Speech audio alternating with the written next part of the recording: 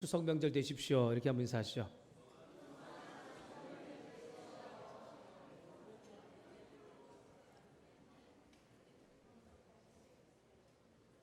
네, 한 번 더 인사할까요?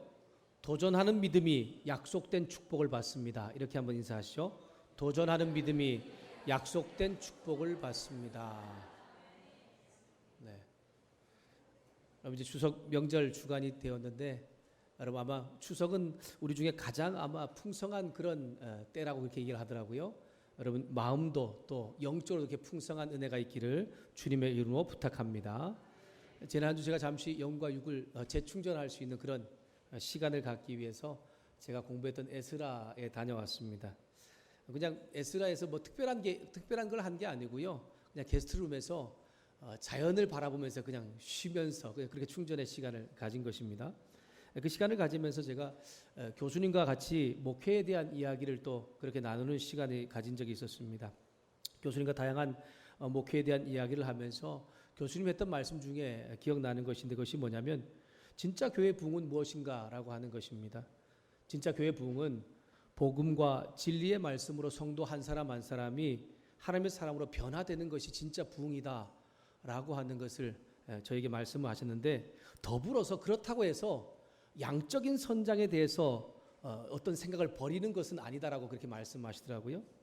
우리가 흔히 양적인 성장에 대해서 이야기를 하면 그것에 불편해하시는 분들 또는 혹 이것이 너무 세상적이다 아니면 혹은 인간적인 욕심을 가진 것이다 비성경적이다 이렇게 말하는 분들도 있을지 모릅니다. 그러나 교회 안에서 전혀 새로운 변화 즉 새로운 사람이 있지 않다면 교회는 어쩌면 고인물이 썩어가는 그러한 모습과 동일한 것인 것 같습니다.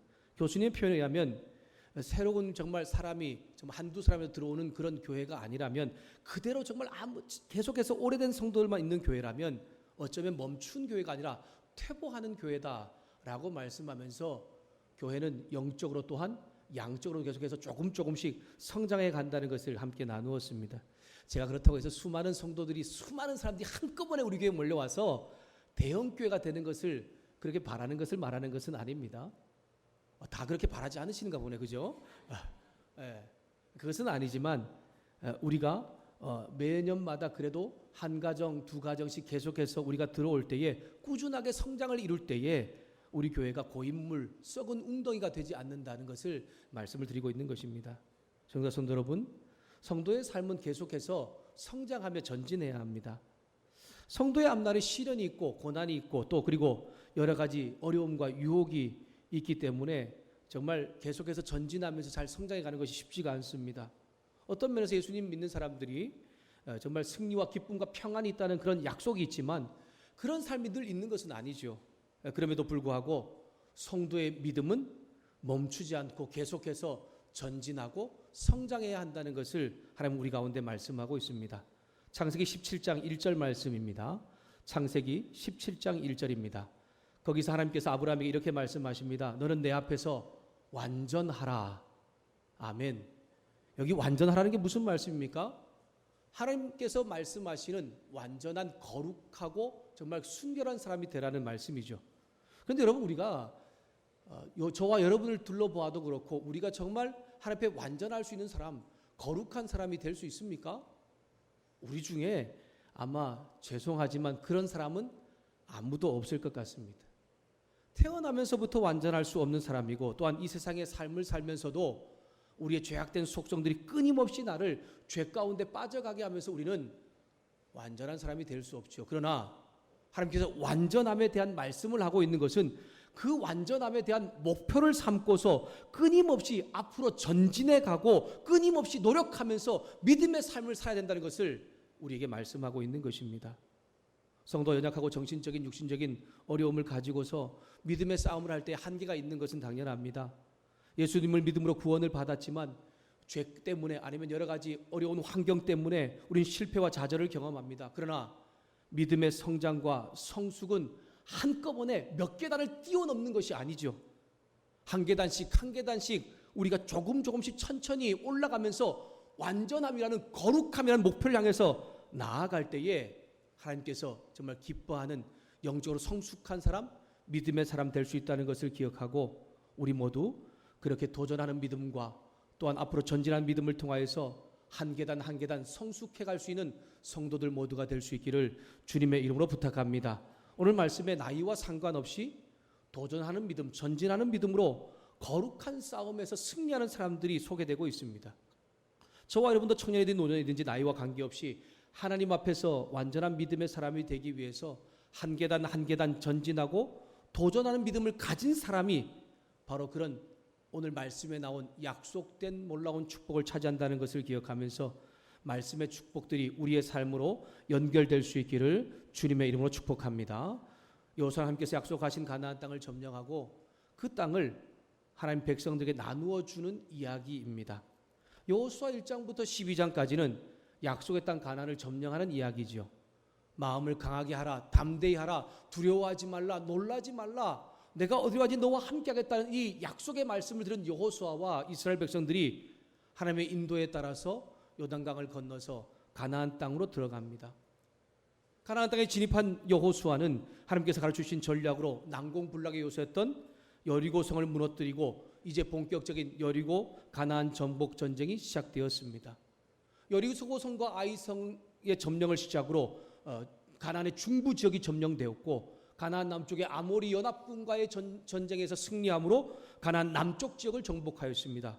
그리고 정말 가장 가나안 지역에서 용맹하였고 가장 힘있는 하솔의 하빈 왕과 북부 연합군을 정복함으로 가나안 지역의 주요 거점들을 대부분 다 점령하게 되었습니다. 그래서 우리 12장 33절 말씀에 보면 이제 그 땅의 전쟁이 그치고 안식하게 되었다라고 말씀하고 있는 것이죠. 하나님의 명령에 따라서 완전히 진멸하였습니다. 신속하게 이루어진 것 같지만 정복 전쟁은 7년 동안 계속된 끝에 마침내 완성되었습니다. 애굽에서부터 광야를 걸쳐 가나안 땅에 이르기까지 하나님께서 그 백성들을 포기하지 않으시고 끝까지 함께 하심으로 인하여서 마침내 약속의 땅 가나안을 점령하게 되었고 이제 그 땅을 지파별로 나누어 주고 있는 이야기가 시작되고 있는 것입니다. 13장부터 24장까지는 여호수아 말씀의 후반부입니다. 이 후반부의 중요한 핵심은 점령한 땅을 나누어 주고 있다는 것입니다. 13장은 여호수아 전체를 전환하는 장으로서 가나안 땅 분배가 시작되고 있다는 것을 알려주고 있습니다. 약속의 땅 정복도 하나님의 명령으로 시작되었지요. 이제 약속의 땅을 나누어 주는 이야기도 하나님의 명령으로 시작되고 있습니다. 13장 7절 말씀을 우리 다 같이 함께 읽도록 하겠습니다. 13장 7절 말씀입니다. 우리 찾으시면 같이 함께 읽도록 하겠습니다. 함께 읽습니다. 시작. 너는 이 땅을 9지파와 므낫세 반 지파에게 나누어 기업이 되게 하라 하셨더라. 아멘. 이 땅은 어디입니까? 이제 가나안 본토 땅이죠. 그 땅을 9지파와 므낫세 반 지파에게 나누어서 그들의 기업이 되게 하라고 말씀하십니다. 왜 9지파와 므낫세 반 지파입니까? 이스라엘은 12지파인데 요단 동편에 2지파 반이 이미 벌써 요단 동편 땅을 기업으로 받았습니다. 그래서 이제 나머지 9지파와 므낫세 반 지파가 가나안 본토 땅을 자신의 기업으로 이제 분배받고 있는 것입니다. 13장을 시작할 때 보니까 여호수아가 나이가 많았습니다. 그런데 우리가 12장까지 말씀을 살펴볼 때에 그 가나안 땅이 다 점령된 것 같지만 중요한 거점들이 점령되었지만 아직 점령되지 않은 땅들도 있었습니다. 그런데 하나님께서는 정복할 땅이 아직 남아있음에도 불구하고 그 땅을 여호수아에게 분배하라고 말씀하고 있습니다. 가나안의 남서쪽에 또한 북쪽에 또한 여러 지역에 점령해야 할 땅이 있었지만 하나님은 여호수아가 죽음을 맞이하기 전에 그의 마지막 사명으로 정복된 땅과 아직 정복되지 않는 땅도 다 나누어 주라고 말씀하고 명령하고 있는 것입니다. 15장은 가장 먼저 유다 지파가 가나안 땅을 분배받는 이야기입니다. 우리 함께 15장 1절 말씀을 다시 한 번 더 함께 읽도록 하겠습니다. 같이 읽습니다. 시작. 또 유다 자손의 지파가 그들의 가족대로 제비 뽑은 땅은 남쪽으로는 에돔 경계에 이르고 또 남쪽 끝은 신광야까지라. 아멘. 14장부터 요단 서편 즉 가나안 땅 분배와 그 이제 분배되는 지역을 하나님께서 명시하면서 이제 그 지역에 대한 땅 분배를 하고 있습니다. 15장에서는 유다 지파가 분배받은 땅에 대해서 아주 동서남북 사방 경계를 상세하게 이야기하고 있고 오늘 우리가 읽었던 말씀 중에 유다 지파의 특별한 한 땅 분배 사건, 바로 갈렙과 운니엘과 악사의 이야기가 그 유다 지파의 땅 분배 사건 안에 끼워져 있는 것입니다. 14장부터 15장까지 말씀 보면, 15장 특별히 12절까지 말씀 보면 하나님은 유다 지파의 경계를, 땅을 동서남북으로 사방으로 정확하게 나누어 주고 있습니다. 여호수아가 하나님의 명령대로 제비를 뽑아서 9지파 반에게 땅을 분배하고 있습니다. 땅을 분배하는 일은 여호수아, 제사장 엘르아살과 그리고 지파의 족장들이 함께 참여해서 결정을 하였습니다. 그리고 약속의 땅을 분배받는 방법은 하나님의 명령대로 제비뽑기였습니다. 하나님께서 신명기까지 가나안 땅을 분배할 때 두 가지 원칙에 대해서 말씀하고 있는데, 그것이 뭐냐면 첫 번째는 인구수에 비례해서 땅을 분배해야 된다는 것과 그 다음에 제비를 뽑아서 지역을 결정하라라고 하는 것이죠.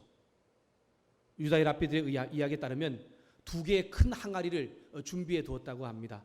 한쪽 항아리에는 9지파와 므낫세 반지파가 들어가 있고, 한쪽 항아리에는 하나님께서 나누어 주신 땅들이 분배될 것을 나누어 있는데, 그것을 이제 그 세 여호수아와 그다음에 제사장 엘르아살과 각 지파의 축장들이 보는 앞에서 제비뽑기를 한 것입니다.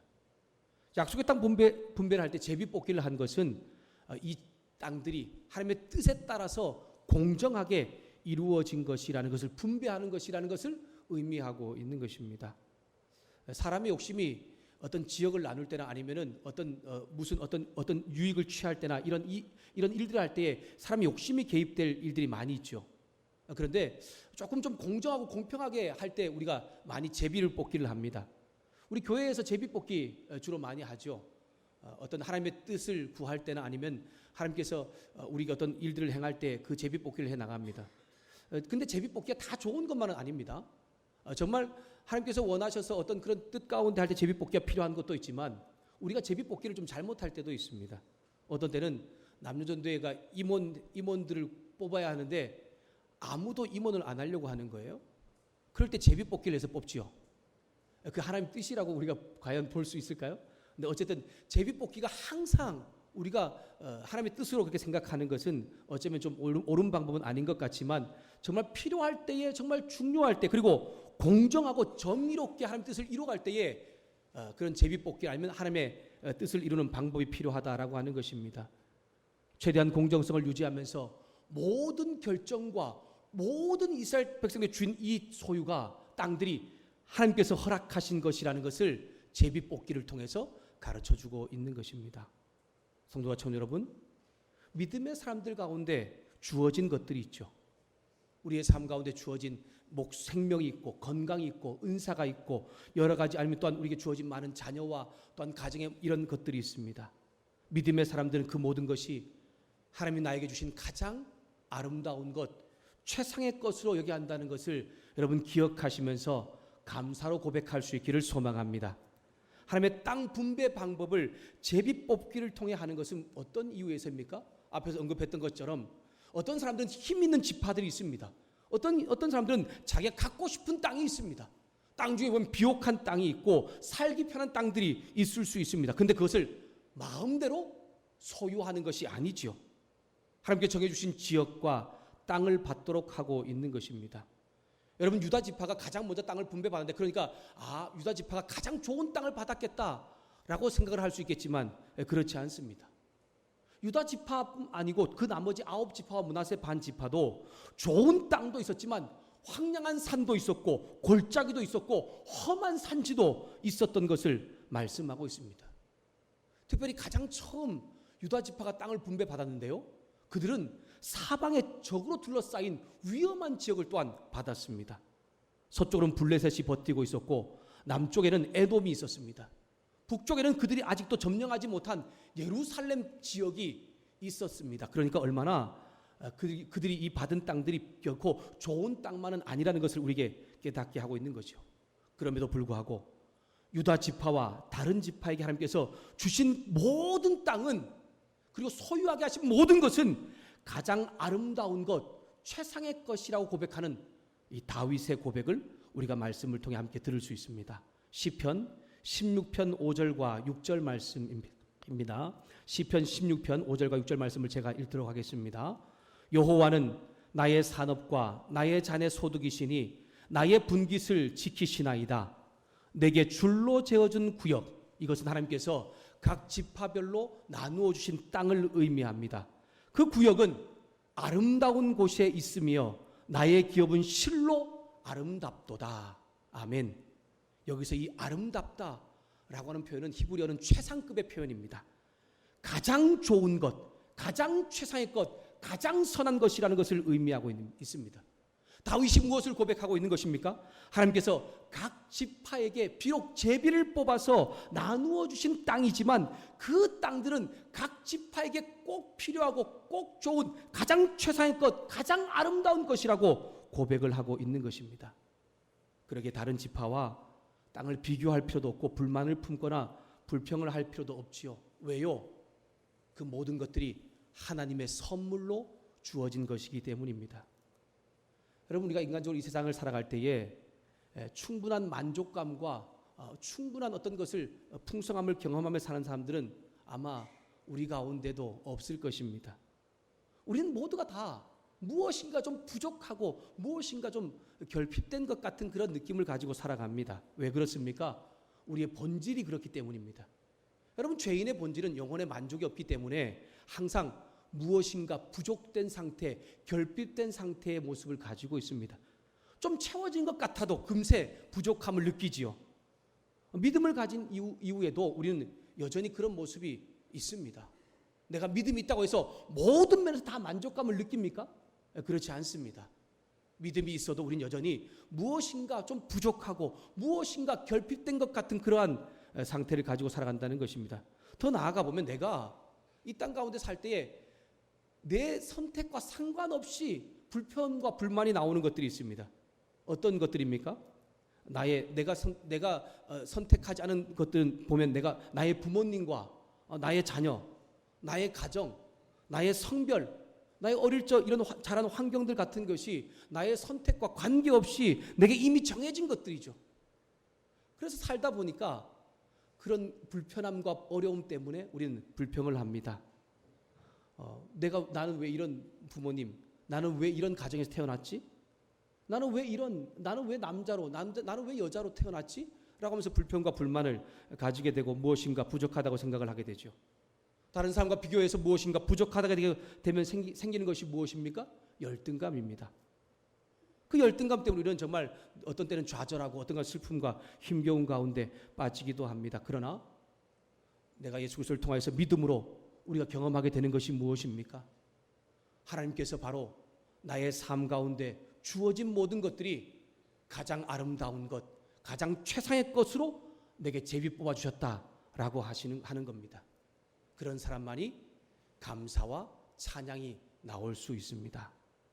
사랑하는 성도 여러분, 청년 여러분, 하나님이 오늘 저와 여러분, 우리 가정, 우리 교회 공동체 가운데 넘치도록 제비 뽑아 부어주신 복과 건강과 지식과 은사들을 헤아리면서 부족한 것 때문에 불평불만하는 것이 아니라 주신 것에 감사하면서 찬양하는 저와 여러분 될 수 있기를 주님의 이름으로 부탁합니다. 또 우리가 제비 뽑기를 통하여서 하나 알 수 있는 것이 무엇입니까? 믿음의 사람들은 이 세상 사람들과 사는 방식이 다른 것이 하나 있다라고 하는 것입니다. 그것이 뭐냐면 결과보다는 과정을 중요시하는 하나님의 마음을 우리가 깨달을 수 있는 것입니다. 이 세상은 참 결과를 중요시합니다.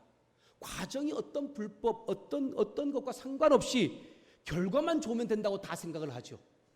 그러나 하나님은 그렇지 않습니다. 하나님께서는 보시기에는 사람이 보기에는 그 결과가 좋아 보이지 않을 수도 있고요.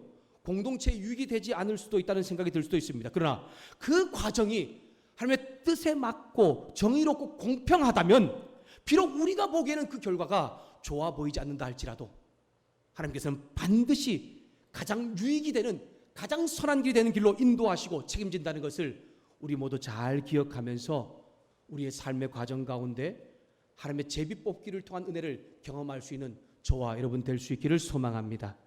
제가 전교인 수양회를 하면서 정말 하나님의 주신 은혜와 풍성한 정말 많은 은혜들을 경험하였습니다. 여러분들이 다 기도해 주시고 또 함께 해주셨기 때문에 이런 일이 가능했던 것 같습니다. 지난주에 우리 평가 설문지를 작성을 했는데 한 36분 정도가 평가 설문지를 이렇게 작성을 해줬는데요. 뭐 여러 가지 과정들이나 아니면 프로그램이 다 좋았다라고 말씀하는데 그 중에 많은 분들이 좋았다라고 하는 것이 뭐냐면 나눔의 시간이었습니다. 첫날에 모두가 다 함께하지 못했지만 나눔의 시간을 가졌는데요. 초등학교 4학년인 진리부터 시작해서 80에 이르는 어른까지 조를 편성해서 나눔을 한 겁니다. 처음에 이 나눔을 하려고 하는데 리더를 이제 선출하고 난 다음에 나눔 조를 이렇게 분별하려고 하니까 너무 힘든 거예요. 여러분 초등학교 4학년 진리 나이부터 시작해서 80에 되는 어른까지 나눔을 한다고 생각을 해보십시오. 제가 보기에는 이 나이 때문에 무엇 때문에 이 사람과 이 사람은 같은 조가 되기 어렵겠다 생각되고 또 정말 어떤 사람들은 좀 이렇게 분리를 좀 해야 될 것 같은 이런 인간적인 생각이 막 들어가는 것입니다. 그래서 조를 나누는 것이 너무 힘든 거예요. 근데 이제 주연사님하고 둘이서 한번 생각을 했습니다. 어떻게 나누는 것이 좋을까라고 하다가 뽑은 리더들에게 제비뽑기를 하자라고 생각을 이게 들었습니다. 그래서 나이대별로 연령을 나누었습니다. 그러고 난 다음에 리더들이 같은 방에 모여서 제비뽑기를 한 것입니다. 그래서 초등학교 4학년 진리부터 시작해서 80대 되는 어른까지 다 조를 편성했는데 모든 분들이 정말 만족스럽고 은혜스러운 시간이었다라고 하는 그런 결과를 얻게 되었습니다. 성도 여러분, 우리는 일의 결과도 중요합니다. 정말 우리가 원하는 결과를 얻는 거 중요하죠. 그러나 더 중요한 것이 뭐냐면 하나님의 뜻과 그 과정이 공정함과 공평함으로 이루어지는 것이 정말 중요하다는 것을 여러분 기억하시고 그러한 공정함과 공평함으로 이루어질 때에 비록 우리가 보기에는 좋은 결과가 아니라 할지라도 하나님께서는 저와 여러분 가운데 우리 공동체 가운데 꼭 맞는 결과로 만들시는 그 놀라운 은혜와 축복을 경험할 수 있는 믿음의 성도들 모두가 될 수 있기를 주님의 이름으로 축복합니다. 가나안 땅을 분배할 때에 제비뽑기를 하는 것은 하나님의 명령이었습니다. 각 지파에게 공정하게 최고의 것을 주시는 하나님의 뜻입니다. 여러분 가나안 땅의 9지파와 므낫세 반지파가 가나안 땅을 분배받았는데 모두가 다 제비뽑기를 통해서 분배받았지요. 모두가 다 제비뽑기를 통해 분배받았을 것 같습니까? 대답을 안 하시는 거 보니까 다 그렇다고 생각하시는 겁니까? 아니라고 생각하시는 겁니까? 그렇지 않습니다. 모두가 다 제비뽑기를 통해서 분배받은 것이 아니라 유일하게 제비뽑기를 하지 않고 가나안 땅을 소유로 받은 믿음의 사람, 정말 도전하는 사람의 이야기가 갈렙의 이야기가 바로 오늘 13절부터 19절 말씀에 가나안 땅 분배, 특별히 유다 지파 땅 분배 가운데 삽입되어져 나오고 있습니다. 13절부터 19절에는 제비뽑기를 한 것이 아니라 유다 지파의 갈렙이 자신이 요청한 헤브론 땅을 점령하고 차지하는 이야기가 나오고 있습니다. 14절 6절에 보면 유다 지파의 갈렙은 제비뽑기를 전에 길갈에 있는 여호수아에게 찾아옵니다. 그리고 자신에게 하나님께서 하신 약속을 이야기하면서 나에게 이 땅을 달라라고 요청을 하고 있습니다. 우리 14장 6절 말씀을 함께 읽도록 하겠습니다. 14장 6절 말씀입니다. 같이 읽습니다. 시작. 그때 유다 자손이 길갈에 있는 여호수아에게 나아오고 그니스 사람 여분네의 아들 갈렙이 여호수아에게 말하되 여호와께서 가데스 바네아에서 나와 당신에 대하여 하나님의 사람 모세에게 이르신 일을 당신이 아시는 바라. 아멘. 갈렙이라는 이름은 개라는 뜻을 가진 이름입니다. 여러분 우리가 별로 개라 그럴 때에 좋은 의미보다는 부정적인 의미가 많이 사용되죠. 그러나 고대 근동에서 이 개는 가장 충성스러운 동물로 나타내었습니다. 그래서 충성스러운 신하, 충성스러운 친구, 충성스러운 사람을 가질 때에 개라는 단어를 그렇게 사용했다는 것입니다. 갈렙이 논의되어서 정말 도전한 믿음으로 하나님께서 자기의 약속한 것을 그렇게 여호수아에게 이야기합니다. 무엇입니까? 45년 전 가데스 바네아에서 다른 10명의 정탐꾼들과 함께 가나안 땅을 정탐한 이후에 다른 10명의 정탐꾼들은 악평하면서 하나님의 믿음을 불신했지만 그와 여호수아는 하나님의 능력과 하나님의 은혜를 믿으면서 긍정적인 복을 했습니다. 그때 이 일로 가나안 땅 중에 그가 갔던 곳을 하나님께 소유로 받게 될 것이라는 약속의 말씀을 그는 들었습니다. 민수기서 14장 24절 말씀입니다. 민수기서 14장 24절을 제가 읽도록 하겠습니다. 그러나 내 종 갈렙은 그 마음이 그들과 달라서 나를 온전히 따랐은즉 그가 그가 갔던 땅으로 내가 그를 인도하여 드리니 그의 자손이 그 땅을 차지하리라. 아멘. 그리고 이제 85세의 고령이 되어서도 그는 여전히 하나님께서 약속한 이 믿음의 약속을 가지고 담대하게 자신이 바로 그 땅을 요구하고 있는 것입니다. 그런데 그가 정말 믿음의 사람으로 그때 당시에 정말 하나님의 사람으로서 좋은 땅, 비옥한 땅을 요구할 수도 있었을 것 같은데 그는 헤브론 산지를 요구하였습니다. 헤브론 산지는 아낙 자손이 살고 있는 땅입니다. 아낙 자손은 그때 당시에 가나안 땅 중에서 가장 기골이 장대하고 강력한 민족으로 대표하는 사람들을 소개할 때에 아낙 자손을 소개했습니다. 그런데 그는 85세 노년에도 불구하고 하나님 앞에서 전진하는 믿음, 도전하는 믿음을 가지고서 기업을 약속하신 하나님을 신뢰하면서 45년이 된 이후에도 거인들이 살고 있는 아낙 자손이 살고 있는 헤브론 땅을 달라고 얘기하고 있고 그 땅을 차지하고 있는 것입니다. 그의 기업으로 주어진 헤브론 땅은 높은 성벽을 가진 강력한 진이었습니다. 하지만 그는 주저하지 않고 도전하는 신앙, 전진하는 신앙으로 약속한 땅을 온전히 차지하는 놀라운 축복을 받게 됩니다. 또한 갈렙뿐만이 아닙니다. 갈렙이 그 헤브론 땅을 점령하는 과정에서 드빌이라고 하는 그 땅을 점령하면서 그 땅을 점령하는 사람에게 자신의 딸을 주겠다고 약속하고 있습니다. 어쩌면 갈렙은 자신처럼 하나님의 약속을 신뢰하고 도전하는 그러한 사람을 사위로 삼고 그러한 사람을 찾고 있었던 것 같습니다.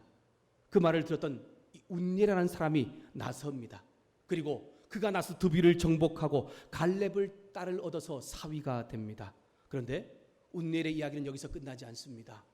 운니엘은 다시 한 번 더 등장합니다. 언제 등장합니까? 사사기서에서 등장합니다. 하나님의 사사로서 이스라엘 가운데 용맹을 떨쳤던 사람이 바로 이 오늘 악사를 차지한 갈렙의 사위 바로 운니엘입니다. 그뿐만이 아닙니다.